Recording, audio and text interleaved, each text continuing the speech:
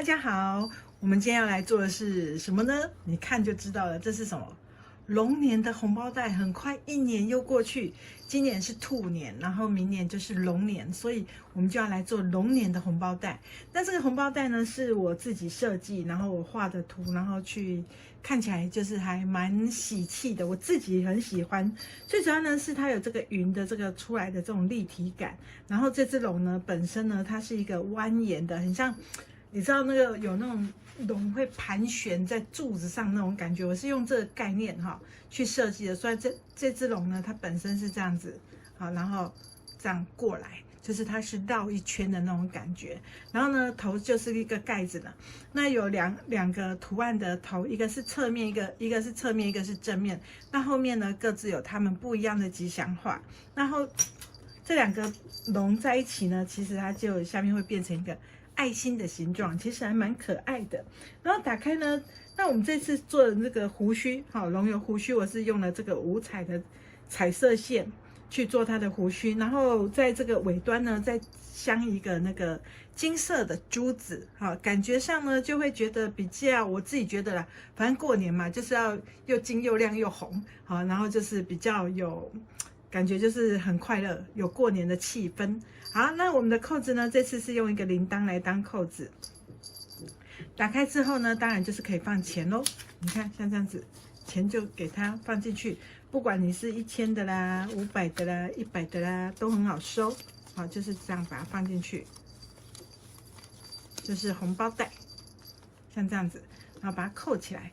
这样两个成为一组，当然如果你要做一个也是可以的，只是说我设计的就是两个不一样的，因为有时候你一直做一样的东西也还蛮无聊的，所以你可以说做两个不一样的，然后就送给你想要送的，给家长啦，给爸爸妈妈啦，还是给小朋友。我觉得啦，应该是大家应该看到这个应该会还蛮喜欢的。所以呢，它的背面它云是立体的，那背面就是像这样子，你也是变成一个 V 的那种感觉，就是还比较感觉比较特别。那这块布我们是图案布，是定位布，所以呢，旁边呢，因为那个过年的时候，很多人会去拜拜，然后会去求一些那个平安符，或是甚至你如果不是那个佛教的，你也可以放你们基督教的十字架，还是什么，还是一些那个保平安的什么东西，反正不管是什么，或是你等到那个端午节的时候，可以拿来当那个端午节的香包，这样也是可以的。然后呢，我们就是上面做一个这个可以调整的这个袋子，那你就可以挂在脖子上，或是系在你的包包里，或是不要用这么长的绳子也是可以的，就是说我们做一个这种平安符的设计。那平安符上面的图案当然是正反面也不一样咯，对不对？所以呢，我们今天就要来做这一组。好，那其实这两个的身体是一模一样，就只有头不一样。所以呢，大概车一个之后，你们就知道另外一个要怎么做。好，那我们就看时间了。如果时间够的话，就两个都车给你们看，还蛮简单的，不会很难。那其实最难就是画这个图啦，因为这个图画的一边还画的蛮开心的，因为我觉得龙年呢，就是感觉上比较不一样，所以呢，自己做完之后其实是还蛮得意的，就觉得很漂亮。好咯，那当然我还去参考了很多图案，去看它龙的爪子，它是什么样的爪子，然后它身体的这个鳞片是什么。所以呢，你看呢，我们的布料，布料打开的话，它是一只龙的这个身体，一只龙的身体，然后把它组合而成一个这个红包袋。好，就这样咯。那你们在剪布的时候，可以先把这个布料剪下来，把衬呢，依照版型剪下来之后，它背面隐隐约约会看到图案，我们就把衬呢把它对好，那缝缝再把它剪出来就好。就先把衬贴好，然后再把缝缝剪出来，这样的话你可能会比较好做。就先把衬贴好之后，我们再把缝缝多0.7到1公分的缝缝。那头也是一样，我们可以都先把衬剪好，然后放在适当的位置上，然后再把缝缝剪出来。像这个有这个锯齿状的，我们可以先剪一个大约的轮廓就好了。然后之后呢，我们在车的时候是针对这个正面的这个图案呢，它会背面还会有隐隐约约可以看到它的形状，我们到时候跟着这个线条去车就可以了哈，就不用说我要一定要那个纸型怎么样就怎样，因为布料有时候你在印制的时候，它会稍微有一点点，大概0.1公分左右的误差，那我们可以依照我们印出来的布料呢，去直接去车。好，那我们这个呢，你要去注意的是它的头后方2个不一样，一个是长这样的，那一个是圆形的，所以你要对好，不要这个去接那个，那个去接这个，那你可能就会车不起来。好，那我们现在就来车咯。好，那这个平安符的这个布料也是，好，你先把布衬先贴完之后，我们再来车它。好了，先来车这个红包袋啊，我觉得还蛮喜欢的，我希望大家喜欢，有点小紧张。我们来车这个，就有点紧张，说怕大家觉得说啊，不是我碎，可是我自己是还有给朋友看，他们都说都觉得蛮好看的，很亮眼。首先呢，我们先把这个后面呢这2块布正相对，好，正面的布料对正面的布料对起来之后，我们把这个凹的这个地方呢，先把它固定一下。好，固定一下这2个凹的点，我们要来车这里跟这里。好，先把它车起来。这我们现在要做后脑勺的部分，因为这个后脑勺的地方呢，我是把它做一个放在里面当带盖，就是它既是头也是带盖的这一个概念哈，所以就会比较立体一点。那我们就把它车一个 L 型。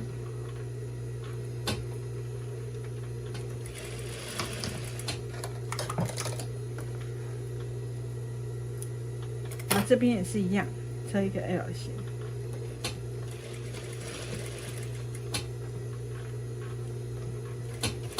其实这2个做法都一样啊，只是外面轮廓的形状不一样而已。然后呢，就把这个牙口剪开来，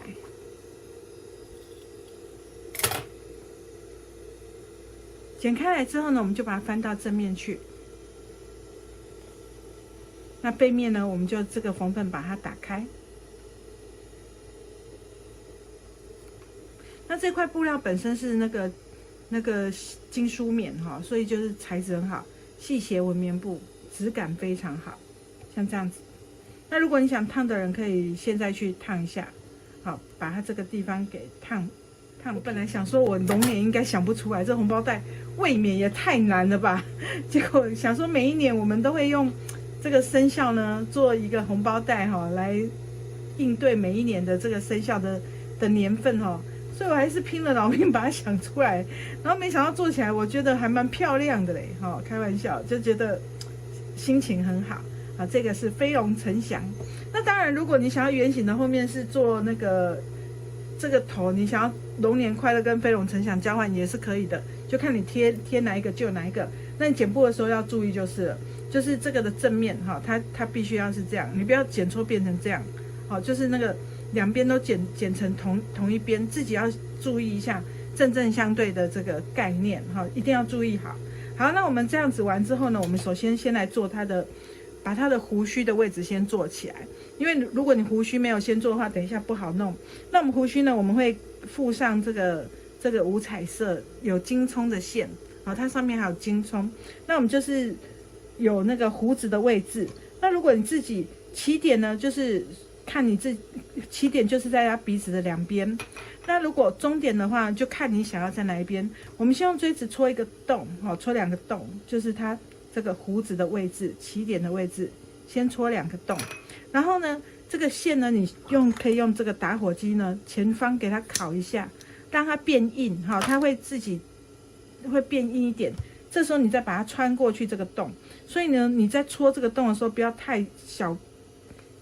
你可以挖进去一点，然后我们就把这个线呢戳进去这个鼻子旁边的这个洞，就是它胡子的起点。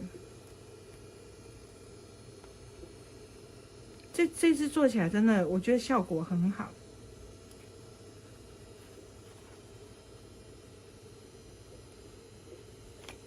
好，然后呢打一个结，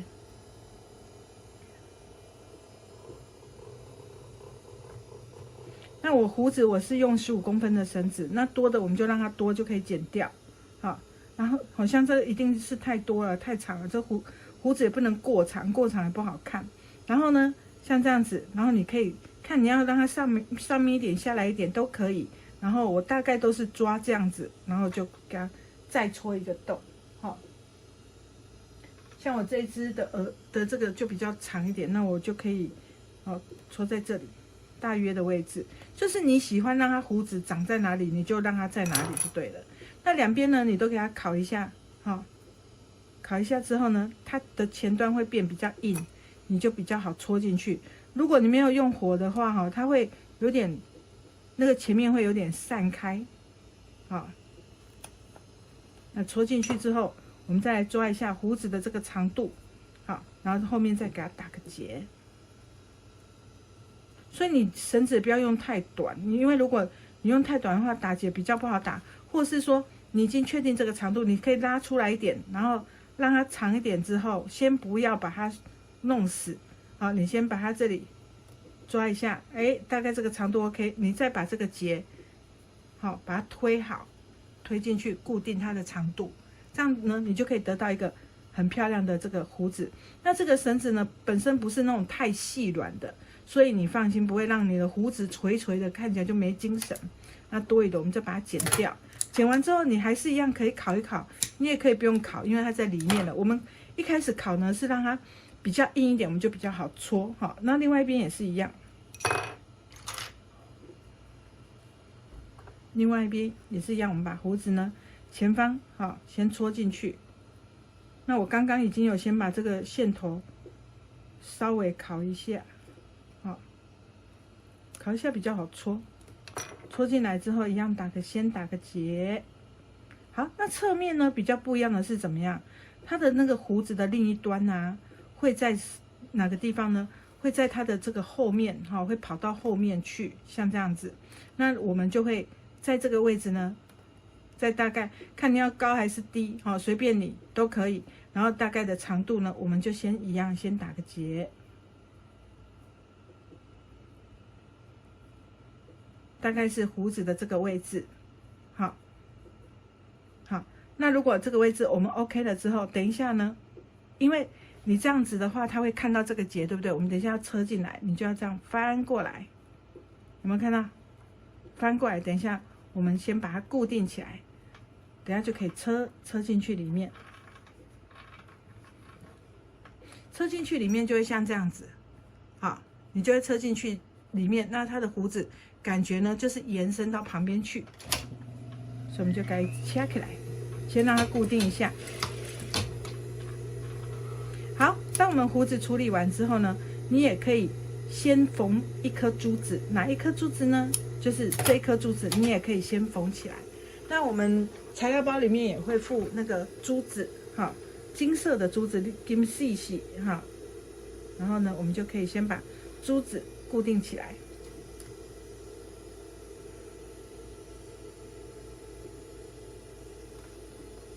固定在尾端的地方，先缝的话，你等一下会比较好做。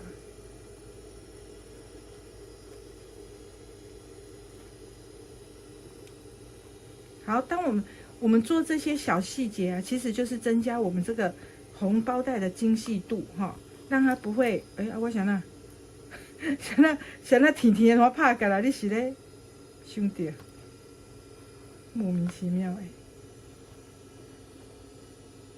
莫名其妙的，就是不让我好好的工作你不要太过分哦。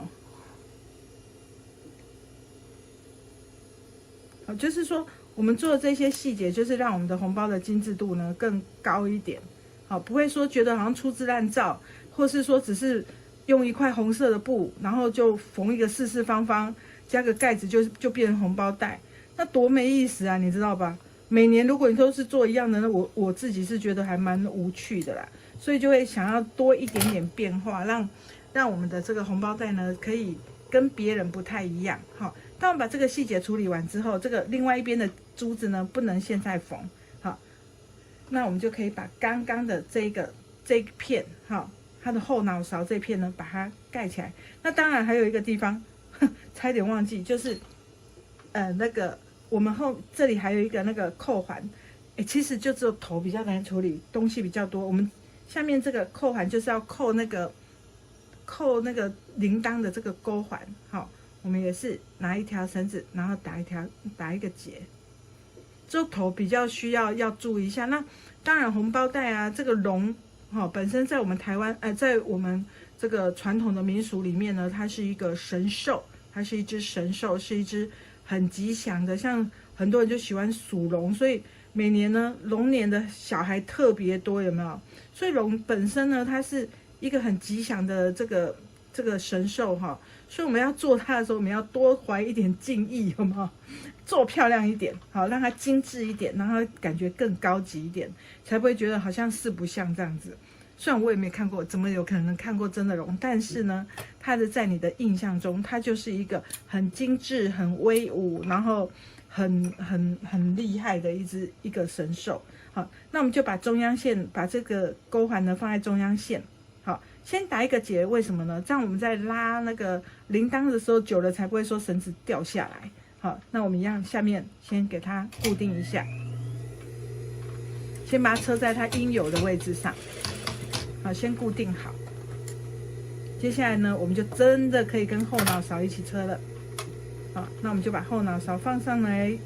那后脑勺放上来之后呢，我们就来看一下这个转角的这个点，把它对齐好。好，像这种角角的，你就是一个指标，好，让你的这个布料能够对好的指标。那边边也是一样哈，稍微给它对一下，稍微就好。反正最后呢，我们在缝的时候是依照正面的图案去做它的依规哈，去做它的正确的缝份的这个，像这样子做它正确缝份的那个线条。好，那我们就来开始车它，直接车一圈，因为我们这里不是有一个洞吗？我们就可以留反口，小心不要车到这个布料哦，哈。好，那我们就来车一圈哦。大概其实这个难度真的不算高啦，因为就是前面就等于在做手工艺一样，哈。那这个有一个记号线，就是我们刚刚把胡子呢，把这个胡须呢弄到边边的这个那个固定线。好，接下来呢继续车到底部，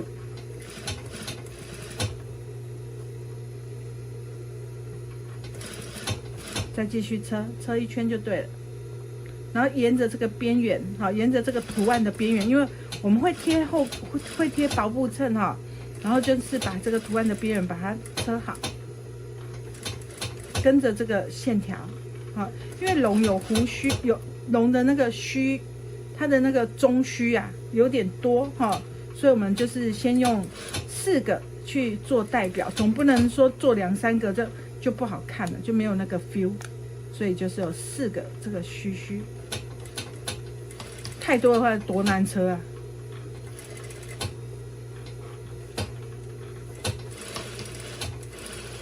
好，我这个虚线没有车好，这里这样不行，要把那个虚的那个尖端要车出来，好，虚的尖端要车出来。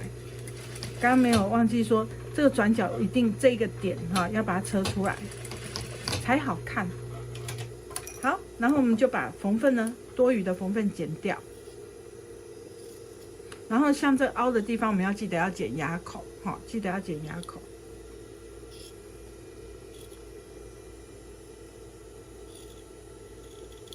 每一个凹的地方，我们都要剪牙口。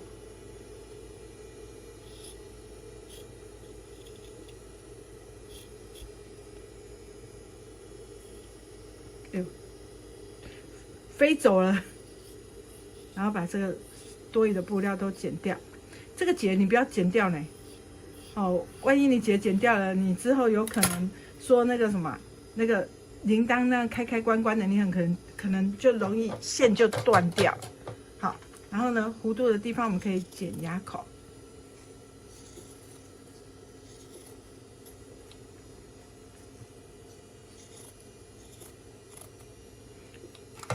接下来呢，这里有一点弧度凹的弧度，我们也剪牙口。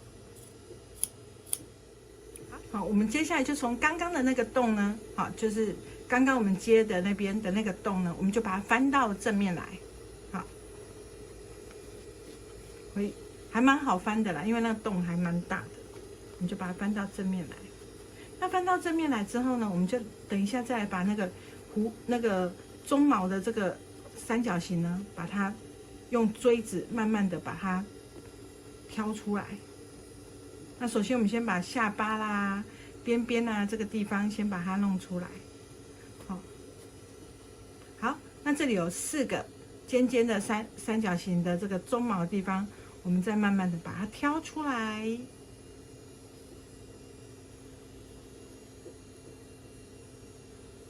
好，慢慢挑就好，不要急哦。好，不要急，是因为我知道很多人哦，一急他就用力挑，一挑的时候他就把布给挑破了。哦，你要冷静啊，朋友啊，好。我们做红包袋要心情愉悦，慢慢做。其实这个红包袋难度不高哈，就是刚刚我们那边弄绳子啦、穿绳子啦、缝珠子啦，感觉比较花时间，这样而已。好像这样子，那我们的头呢，就几乎快完成了，剩下那颗珠子，有没有？很立体的一个头，有没有？蛮可爱的。然后接下来我们等一下，现在再先把珠子缝上去好，免得等一下忘记。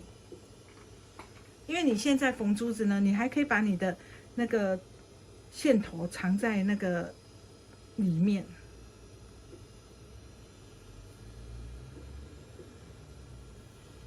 好，从这个洞进去，我们把珠子的这个线头呢藏在里面。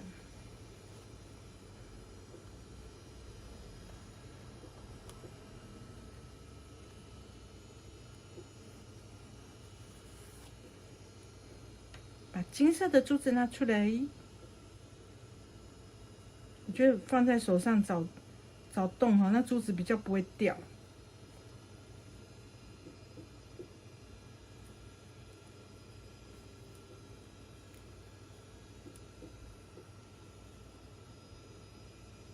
我们把它缝好之后呢，你其实可以在这里打结哈，藏在它的下面这里。比较好打，那你也可以藏到里面去，都可以。那如果你打结的话，这个结你要打得很贴，好，打得很贴之后，再把针呢，这样子穿一针过去，那结就会藏在里面了。然后把线拉紧之后，把多余的线剪掉，这样珠子就缝好了。好，它的头就完成了。之后把它压扁哦，把它缝好压扁。这时候呢，我们再来把这个洞呢给怎么样车起来？好，把这个洞给车起来。我刚不小心把它车起来，其实我就有那个简介一下把它拆掉，忘记了拆不，这个洞不能先车，我们一定要最后翻到正面的时候，因为我们是要当反口哈，所以最后才要把它车起来。这时候呢，其实你就可以去整烫一下。好，那我们的头做完了呢，我们就来做身体。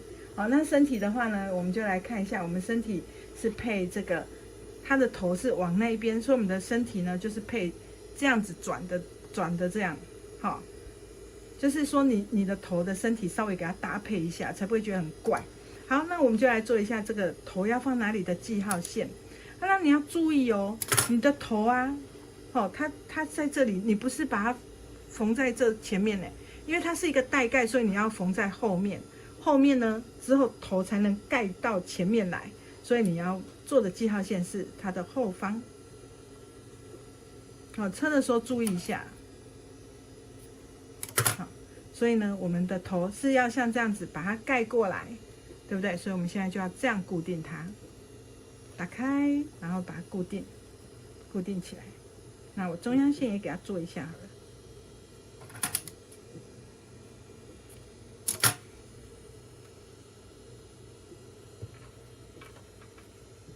那你头的那个可以靠边一点哈，都可以。就是如果你可以的话，就尽量给它靠边一点。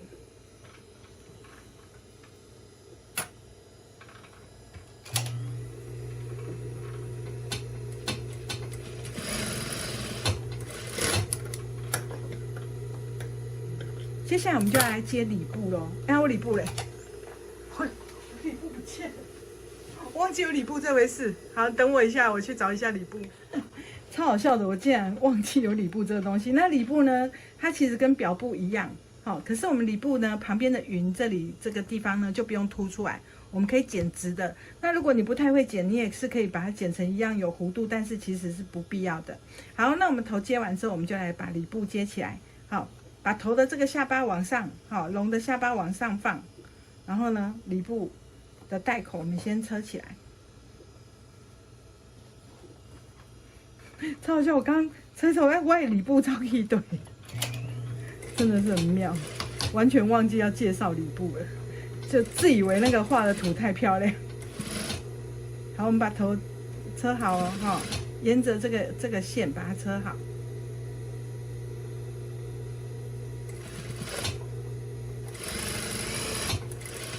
然后呢，在里部的地方呢，压一条0.1的线。这样带口等一下会比较漂亮一点。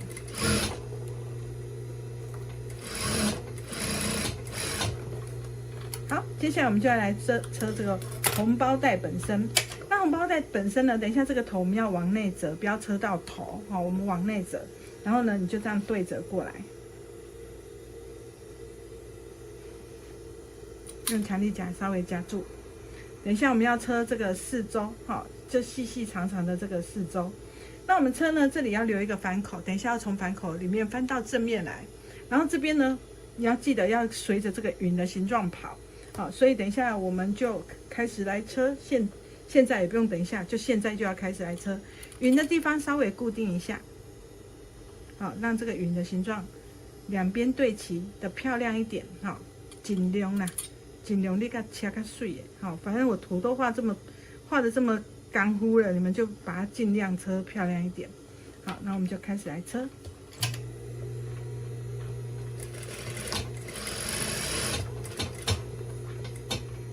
因为我发现哦，现在很多人都会期待我的那个每一年的红包袋。其实既觉得很觉得大家对我这么有期许哦，我还蛮高兴。但相对的也会觉得说，很怕做出来的东西不够理想。哦，就会有点紧张，心情有点忐忑啦。哦，好，我们这个要随着弧度跑啊，哈，就心情有点忐忑，但是又蛮高兴的这样。尤其说，每次那个可以突破难关，做出新的红包袋，我就心情还蛮好的。好，我们那里要留一个反口，不要车，然后下面再继续车。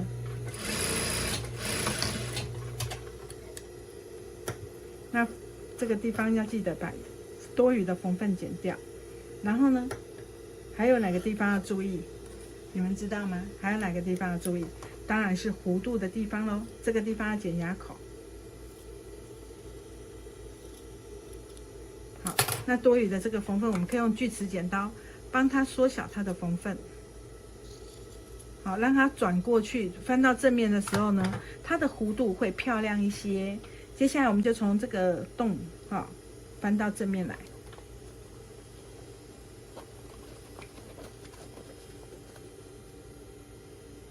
那我们翻到正面的时候呢，这个角角的地方记得把它折好，好，压住之后再翻，这样你的那个表布会比较漂亮一点。那它还有头在里面哦，所以你小心不要把头给拉到断掉呢，应该没有那么大的力气啊，不至于。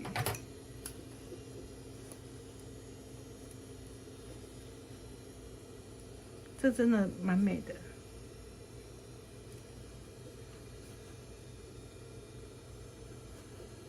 好，像这样子，有没有？那我们这个洞先把它缝起来，等一下再把它塞到里面去。好，这个反口的洞我们先缝起来。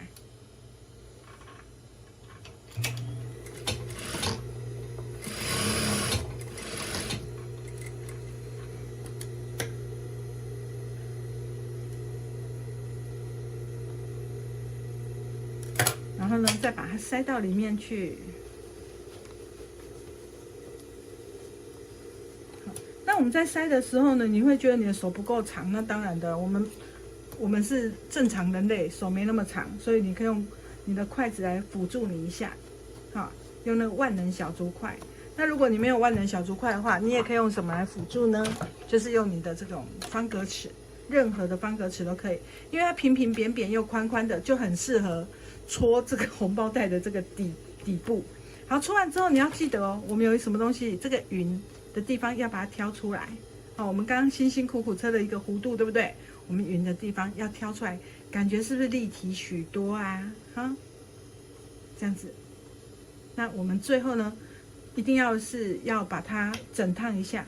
这样子呢，我们龙的红包袋还差最后一个步骤，就是我们的这个铃铛的部分。好，那铃铛我们是随机附的，你可以选看看你要什么铃铛啊，你要这个就是看它不同的颜色就会有不同的铃铛。对，反正不同颜色你就缝有什么你就缝什么，不要说很制式，说我一定要什么颜色，其实那样就看起来又很呆板出来。反正我也是随机附的。那如果你有特别需要什么颜色的话，你可能就要自己去买。好，因为我们铃铛是随机，就是金色什么色随机附的。然后因为都亮晶晶的，都很漂亮。然后呢，铃铛我们就把它位置把它缝好。好，那铃铛的位置呢，就依照你的这个绳子，好，大概在什么位置，然后就缝在哪里。加，好，然后就把铃铛缝起来。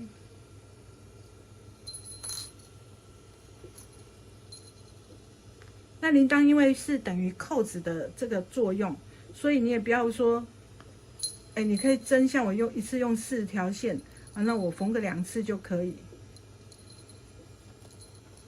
就还蛮老的了。好啦，这样子我们的这个飞龙呈祥红包袋就完成了，是不是还蛮简单的，对不对？而且简单就算了，问题是还很好看呢，对不对？一只龙的这个，我们用熨斗稍微烫一下，它会那个固定哦，这个绳子就会有点固定。然后我们烫完之后呢，就会像那一只这一只这样一样这么好看。是不是蛮美的，很立体？然后扣子，铃铛的扣子一打开，然后我们就可以把，刚刚钱放在哪包？就可以把钱拿出来用，就可以把钱拿出来用。这句话是不是说得很好？好，像这样子，有没有？那你就可以给小朋友，给他们龙年的红包。那给长辈，我相信应该也是蛮喜欢的。那平常呢，这还可以放在那边，真的挺美的啦，我觉得，对不对？我钱是不是没放好？它砰砰，下面砰砰的，钱折到了。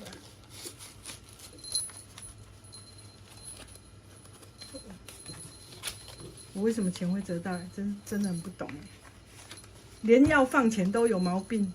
好。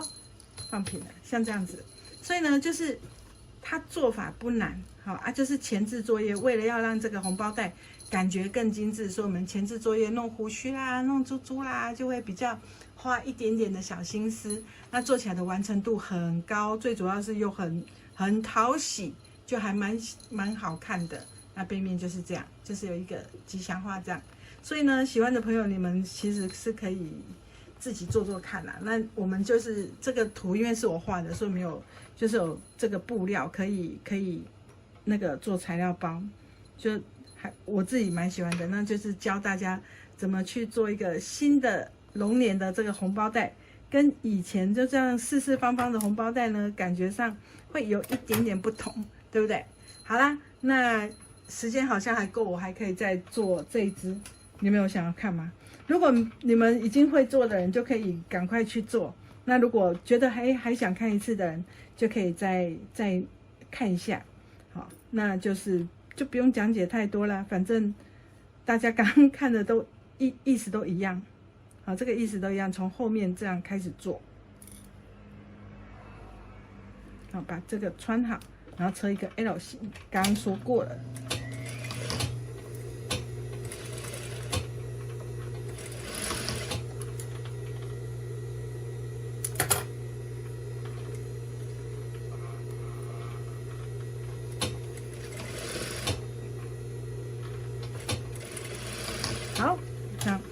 之后，剪牙口，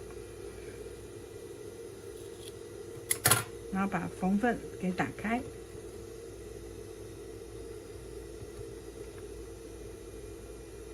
然后就备用。然后这个呢，就怎么样？先把它的胡须先2个洞，起点先找出来，接下来把胡须穿过去，打结。再看第2次是就觉得没那么难了。胡须记得前面先用火烤一下，会比较好穿哦。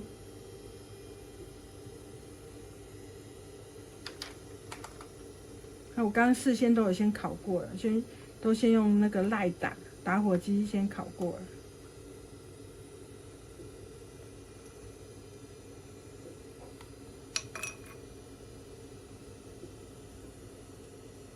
打个结之后呢，我们来找一下你想要它去哪一个地方，好，想要去哪一个地方，然后你就在这个地方给它钻洞，想要去的地方你就钻洞就对了。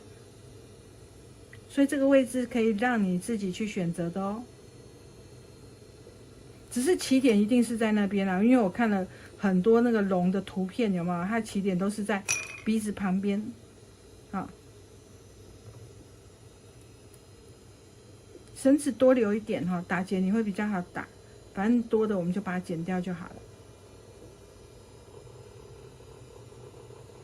那我自己是用15公分的绳子去做打结，那还是会留蛮多的，这样有点短。好，这样，所以这个东西其实还蛮自由自在的哈，就是你想要怎样就怎样。好，这边好了。先用锥子戳一个洞，之后再把胡须从这个洞穿过去，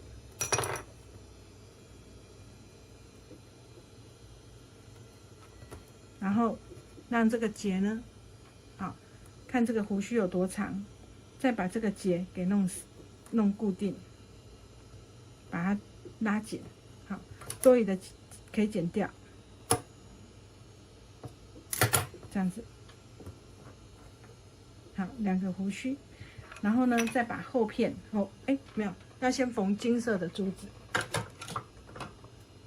先缝的话，你会比较好车一点，会比较等一下会比较好缝啊。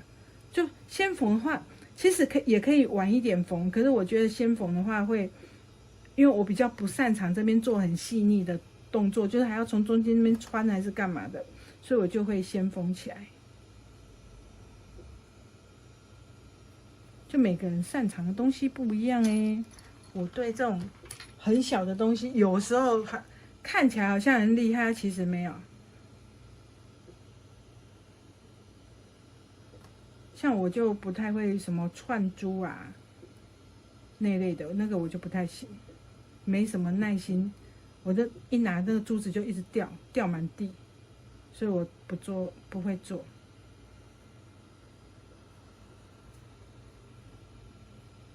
可是缝纫啊，车这种有时候这种东西哈，因为它偶尔才缝一下，我就可以勉强克服啊。如果要长时间一直做这个，我就没办法。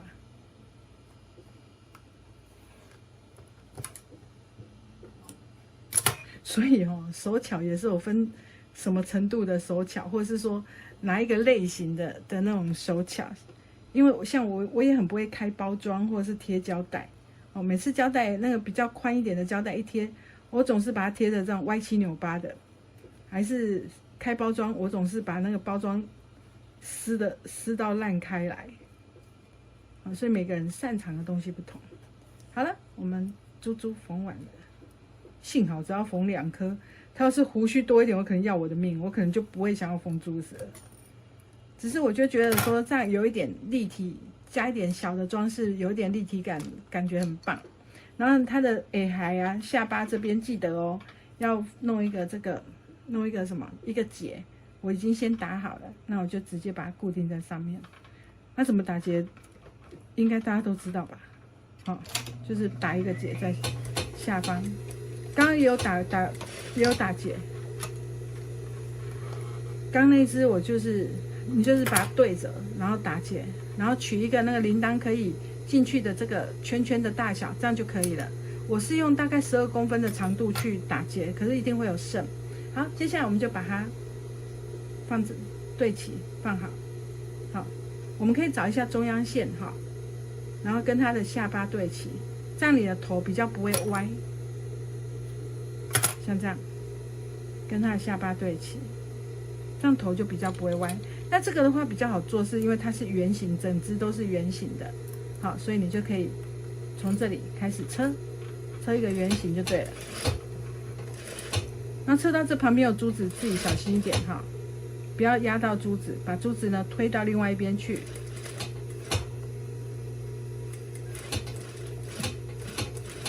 所以如果你珠子想要缝很边边的话，你就要车完才能缝珠子咯。好。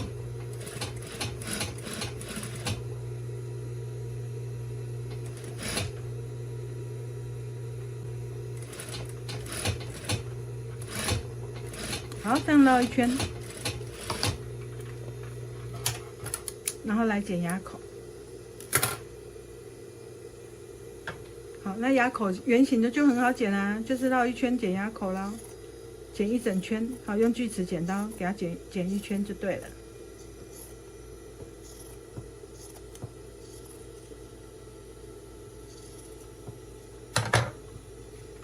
好，从这个洞，好，然后把它翻到正面来。很宽，真的很好翻啊。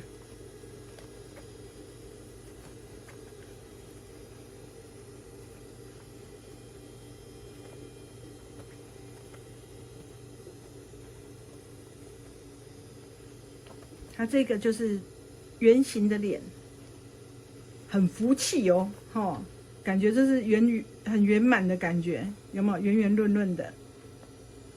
然后它是龙的正面，是一只微笑、很开心的可爱的龙。好，因为我也是蛮怕那种看起来太威严的龙哦，感觉好像收到红包袋，感觉那鬼爷两弄要肃然起敬起来，有没有？所以我还是画那种有点可爱的龙，好，感觉上就看起来比较没有压力，然后看起来勾追，这样就觉得很快乐，有没有？龙年快乐。然后我们一样把后面的这个翻到正面之后，把它扯起来。然后呢，再剪中央线，把中央线找出来。那当我们头的那些细致的作业做完之后呢，其实再车就很快了。好，我们就会把这个什么呢？这个头放在这里。记不记得我刚刚说什么？头是等于带盖的意思，所以带盖不会在前面，带盖是在它的后面。所以呢，你要从后面固定它的这个头，像这样，头是在后面，然后就从这里把它固定起来。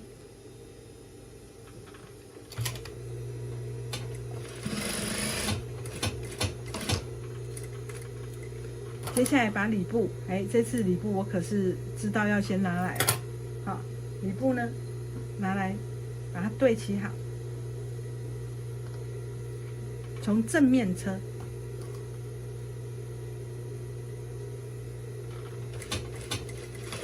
这样，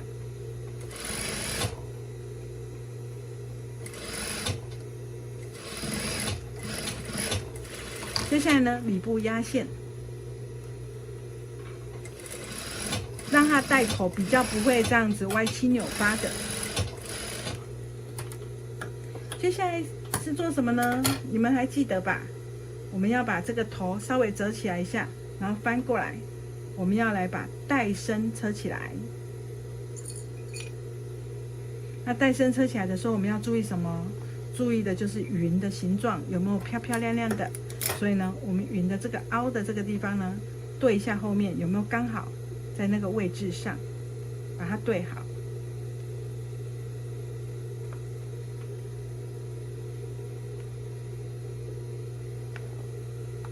然后对好之后，我们就可以车了。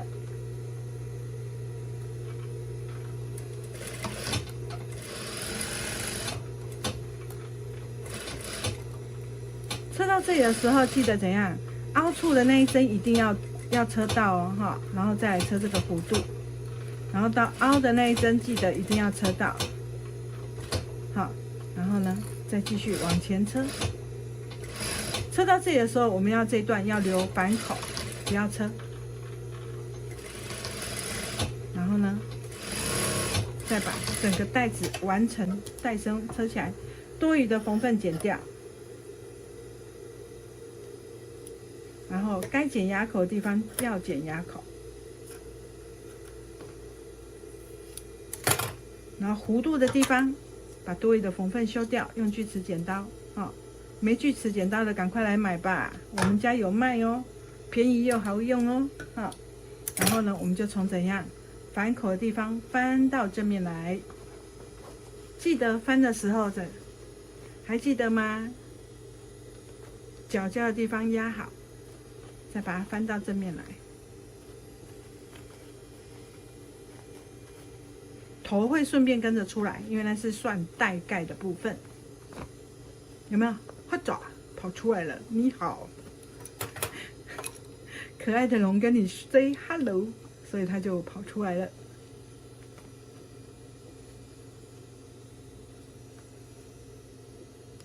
其实画这个图哦，我还蛮认真的呢，说实在。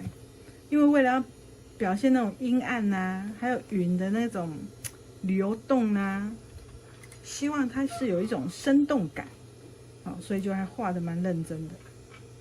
然后呢，接下来把反口车起来，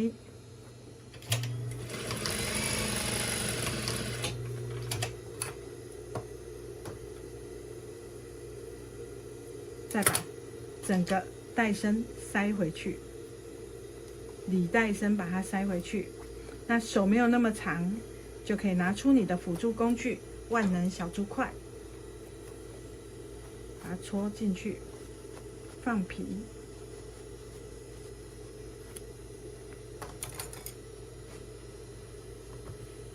那如果你觉得摸起来里面感觉不是很平整，可以拿你的这个方格尺把它吐北，好，把它戳平，好，那个角角。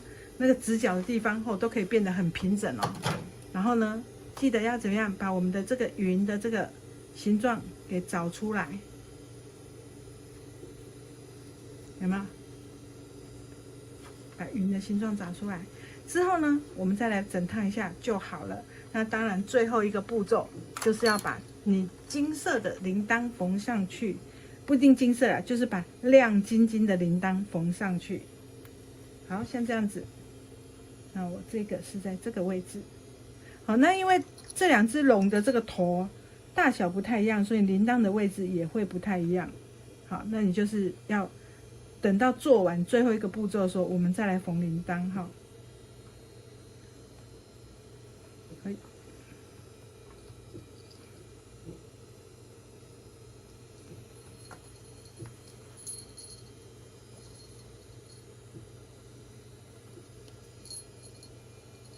很可爱的，我觉得，你们觉得呢？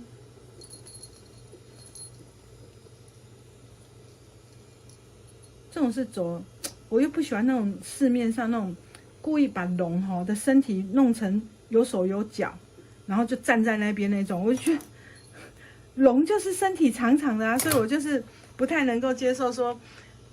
我就不太希望说我做出来的龙呢是变成好像牛的身体，还是什么狗的身体的感觉，有没有？所以我就是还是希望保留它原来这种有盘旋在云上的这种那种祥瑞之兆，有没有那种感觉？那像这种绳子，你把它这个曲线弄好之后，用熨斗稍微烫一下，它就会稍微定型，这样子。好。那我们的这个龙的红包袋呢，就又完成了一只，这一只是龙年快乐。那你当然你头后面的那个吉祥话，你可以两只交换，所以像这样子，这是我们刚刚做的两只，有没有？那烫好的就会，你把它整烫好，它就会像这样子，有吗？就很漂亮，我觉得超级喜气的一个红包袋，然后拿到的时候又觉得蛮奇妙的。所以我自己是觉得还蛮得意的啦，因为我觉得有个爱心不是挺可爱的嘛，然后就是又有那种意象，就是一只龙盘旋在云中，然后带给我们全家人福气的那种感觉。好了，那这个龙年呢也就快到了，那喜欢做红包袋的朋友，其实就可以考虑来做红包袋。那这个平安符呢，我会在另外另外拍一个，因为有些人可能想要单独学平安符的，你就可以单独看一篇，才不会说前面不想学了，一直看，然后最后才看到平安符，那也蛮累人的，对不对？所以呢，喜欢的朋友，龙年呢已经快要到了，很吉祥的一个年份，那赶快做一个很特别的红包袋，让自己跟朋友、跟家人、跟小朋友、大人、老人、小孩，全部都可以得到一个快快乐乐的龙年，然后祝大家龙年行大运，一切发财。